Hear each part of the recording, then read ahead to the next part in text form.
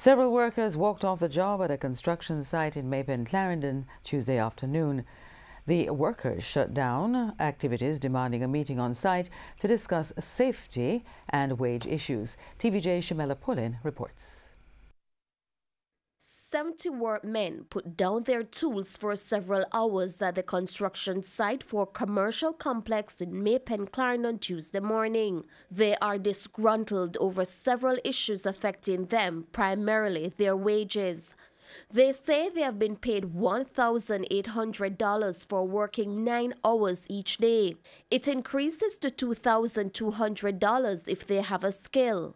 Not enough to care for themselves and their families, the workmen claim. People have pitney if they send go school. Or if they send 2 pitney go high school for $1,800 a day, it can't work. Eh? People have light bill for pay. See what I get right here now, them a put up prepaid meter.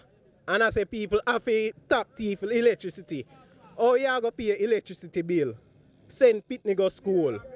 Pay water rate, buy food put in your house. Pandem the money there. It's not the first time that the workers are voicing their concern over these issues. Earlier this month, they walked off the job to protest against the same issues affecting them. They say they have had enough. People can't come in our country and treat we certain ways where we have standards out here and we not follow our own standards. It's not supposed to happen in Jamaica. Politicians can't allow people to suffer so much.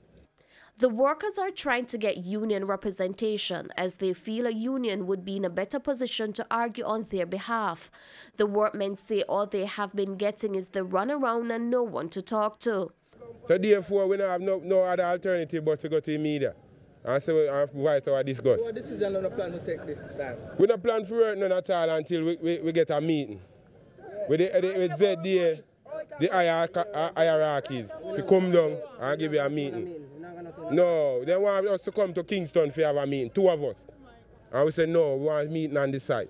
When TVJ News contacted ZDA Construction Limited, they say they cannot do anything about the situation as the men had already agreed to the wage rate before they started working.